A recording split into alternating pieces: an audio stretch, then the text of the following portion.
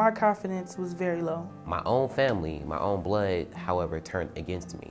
Some have been told that they'll never amount to anything. Very lost. At first I was scared. I was like, it's been 9 years that I was out of school. Getting a lot of self-doubt and low self-worth. They don't know what they're going to do. They don't think that they have the potential. I just stopped believing in myself. The youth are lost. Some of these youth are lost. Their environments that they've grown up with or grown up in and still kind of find themselves in are rough and they're real. I didn't really finish high school. I dropped out very young, and I pretty much just dedicated myself to my family. During high school, I didn't have enough courage to graduate. There are times I didn't want to go to school because I'm like, I don't want to go to school because I know how far behind I am. And it's almost embarrassing. Like, I felt ashamed just walking into the classroom. I thought I was gonna finish high school, but I ended up getting pregnant at an early age, so I had to stop going there and go to a school that was for pregnant girls, and I really didn't fit in, so I just dropped out and stopped going. Nobody knows in some of the conversations that I have with these kids because I can relate to them. Personally, I can relate to them. I dropped out of school because of family problems, and my mom just kind of walked out on my dad, and it was 5 of us with kids, and I was the oldest. I got married very young, and I had my son. There wasn't time for her to have belief in herself. She was raising 5 children and caring for her husband and her family, her father and her stepmother, and helping to raise her siblings still. So there wasn't really a moment of her day, really, I can't imagine anyways, that she had to say, what can I do for myself?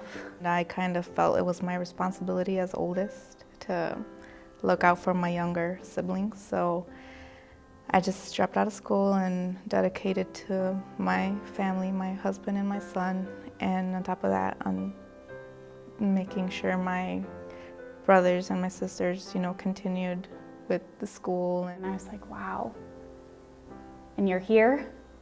And I remember her saying, yeah, this has become a place that I can go for me and take this time for me. Well, with my brothers and sisters, I felt like,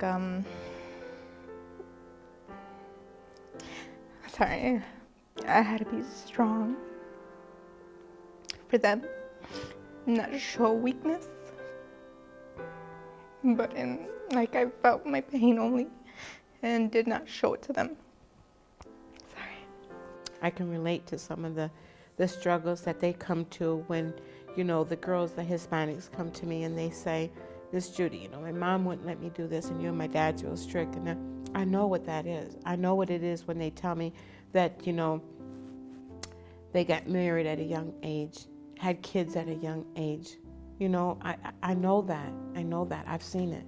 And here, Miss Judy, most of all, and Miss Melanie, I can found someone I can talk to as in my feelings, and I've gotten to know a lot about her family, and have watched her progress through a lot of the curriculum and master it. Sometimes you don't always want to put that personal in there, but you can't help but because you can relate to that individual. A person from church where I go to, they told me to come here when I told them that I was trying to find somewhere to complete my GED, but I just couldn't find a place where they would help me out and make it possible. And he recommended me here, and that's how I found out about the program. It took a lot for me to dig deep, like, okay, you have to do this, no matter, okay, you didn't graduate, it doesn't matter, take the next step. A graduation for these kids here is to say that they are no different from someone graduating from high school, because the fact is that they got their GED, they're no different. After I started getting on my own, I come here. These people here, these youth advocates, the teachers, the director, all they're behind me 100%. They were all behind me. So when that happened, I'm like, so I'm not alone after all. I just want to hug them and say, I do care. You know what I'm saying? You're not alone. I'm here. That's what we're here for. You've come to the right place. When you feel that you're alone, you've actually come to the right place. This is your last stop. No one is too far gone in here or anywhere, in my opinion. Oftentimes they feel as they are, and they have, again, a lot of self-doubt and low self-worth. But once you see a couple changes begin to formulate in their mind that, you know, I can do this, it's a snowball effect, and then they believe in themselves, and that hope begins to be instilled. You gotta want it. It's not gonna come to you, you gotta want it. One of two things, you gotta want it, and you gotta fight for it. Steepletown is an option for students who can't go to a traditional classroom because we're flexible. We can get you tutors. Yeah, you've got a conference with your children's teachers. It's all right, come into class, you know, we'll see you 4:30, 5 o'clock. See if it works. Take that risk. You know, it's well beyond just a certificate that says you've completed your secondary education. It's maybe the initial or first time they actually think that they can go into post-secondary and go into college or some type of trade. It's watching that student go, aha, you know, I've got this, I can do it, and I will. And that I will is so powerful, because it doesn't stop in the classroom. As far as their GED program, the programs for women and men, you know, and empowering them and make them feel like, you know, they're not alone and that they can do whatever they want to do.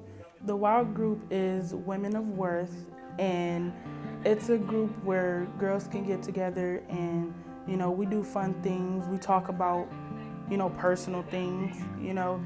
Having someone you can talk to, you know, and getting advice or feedback from girls that understand what you're going through. It's just good to have women supporters too, you know, because I'm a young lady and I don't know everything about being a mother. And, you know, of course, Miss Judy, she's a mother, so it's a lot of different things that we learn in that group. I love that group. It's great. If we don't reach out and we don't grab these kids and let them know what we offer here at Steepletown, then the thing is that nobody out there is gonna reach them like we can reach them here. To be honest, it's only two ways in this neighborhood. It's either you going to jail, selling drugs, you know, you're pregnant, you know, so it's like you don't have a lot of options in this neighborhood. First day I came here, Mr. Emilio was the first youth advocate I met. The first thing Mr. Emilio said, you got this, man, you got this. My two main goals and my dream jobs were to be a hairstylist and a registered nurse. And right now I'm going to school for hair and I'm in the nursing field. It motivates me more to want more out of life. I can see myself going to Grand Valley State University, majoring in performing arts. I can see myself doing that. And right here, they did not give me their back. They helped me out. And I'm just so grateful for that. When they tell me that story and they say, oh, Miss Judy, you don't understand. I want to tell them so bad. I do understand. And I'm here to give you that opportunity. I want to open that door for you. Just like I wanted somebody to open that door for my son. Intrinsic motivation, I guess. So that motivation that's like within you. Motivation is the key. Education is the key. Confidence is the key to everything. There's nothing you can't do. With that positive mindset and with that belief in themselves, that's the hope right there. And then what we try to provide in our programming is the opportunity. It's H-O-P-E, hope, big hope, huge hope. It's all the hope. This place it's family.